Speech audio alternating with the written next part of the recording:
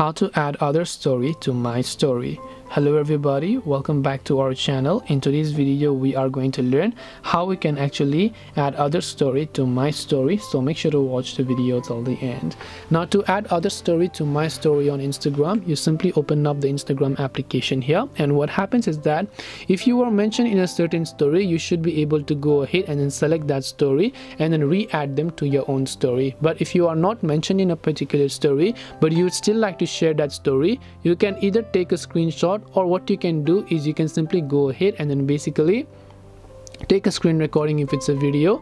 Then you can go to the your story tab and then you can simply choose that story that you took a screenshot of, re-mention that person if you'd like to, and then you'll be able to add it.